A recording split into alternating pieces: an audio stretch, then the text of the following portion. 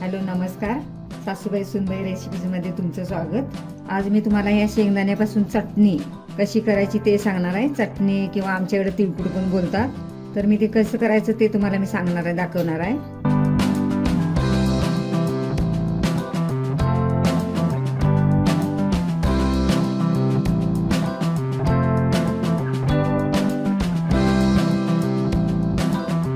त्यासाठी लागणारं साहित्य: 1 वाटी शेंगदाणे म्हणजे पाव किलो आहे ते.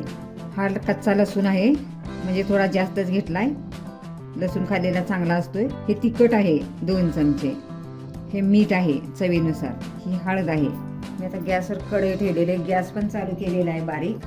आता त्यामध्ये हे शेंगदाणे कमी गॅसवर भाजून घ्यायचं आहे, हलकंच असं, जास्त पण करपायचं नाही.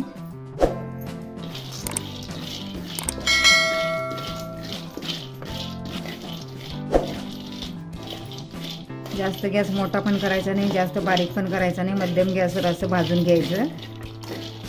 असं सारखं परतत राहायचं, म्हणजे करपत नाही. शेंगदाणे हे प्रोटीन, फॅट आणि पोषक तत्वाने भरपूर असतात. शेंगदाण्यामध्ये biotin, niacin, thiamine, folic acid, copper, manganese, phosphorus, magnesium यासारखी अनेक उपयुक्त जीवनसत्वे असतात. शेंगदाणे वजन कमी करण्यासाठी पण उपयुक्त असतं. शेंगदाण्यात अनेक पोषक तत्वे असून शेंगदाणे खाण्याचे फायदे भरपूर आहेत. शेंगदाण्यात हेल्दी फॅट असल्यामुळे शेंगदाणे खाणे हृदयासाठी उपयुक्त आहे. शेंगदाणे आता थोडे भाजतच आलेले आहेत, जास्त पण करपायचे नाही, अजून थोडीशी भाजली पाहिजे.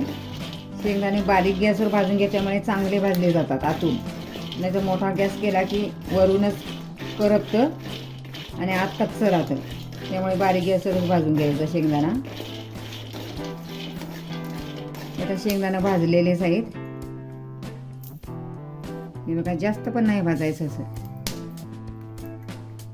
चांगलं असं बारीक गॅसवर खमंग असं भाजून घ्यायचं. हे मी शेंगदाणे असेच वाटून घेणार आहे मिक्सरला, कारण का ह्या शेंगदाण्याची साल आहेत ना, ती पण पोटात गेली पाहिजे. आता शेंगदाणे भाजलेले आहेत. हे बघा, तुम्हाला वाटेल की वरून असं करपले, पण हे बघा, बारीक गॅसमुळे असं कडक छान असं होतात.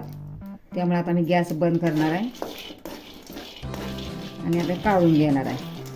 आता शेंगदाणे गार झालेले मी असेच लावणार आहे. मी काय त्याची सालं काढणार नाही आहे.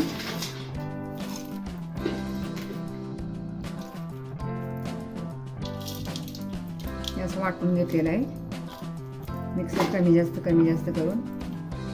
त्याला आता चटणी, तिखट, मीठ टाकून परत आणि एकदा मिक्सरला फिरवायचं आहे.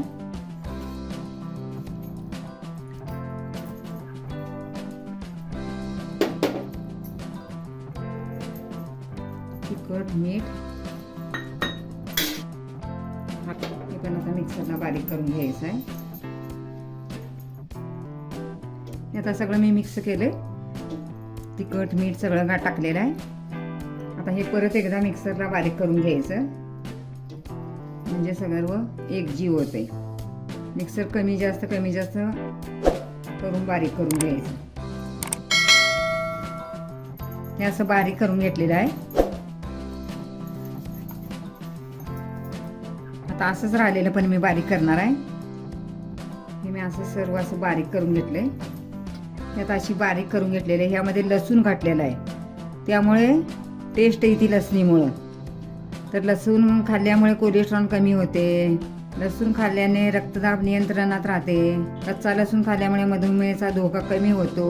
कच्चा लसूण खाल्ल्याने कॅन्सरचा धोका कमी होतो. त्यामुळे लसूण हा खाल्लाच पाहिजे, आवर्जून खाल्ला पाहिजे लसूण. लसूण खाल्ल्यामुळे हिमोग्लोबिन वाढते. एवढी टेस्ट आहे ना चटणी, आताच खाऊ का कशी, अशी एवढी असं वाटतं, एवढं तोंडाला पाणी सुटते, अशी एवढी छान अशी चटणी होते. ही तुम्ही पण करून बघा आणि आम्हाला कमेंट करून सांगा कशी झाली चटणी.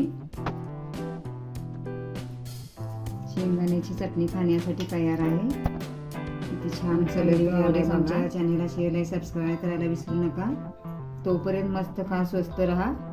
पुन्हा भेटूया अशाचे काही व्हिडिओ सोबत. तोपर्यंत धन्यवाद.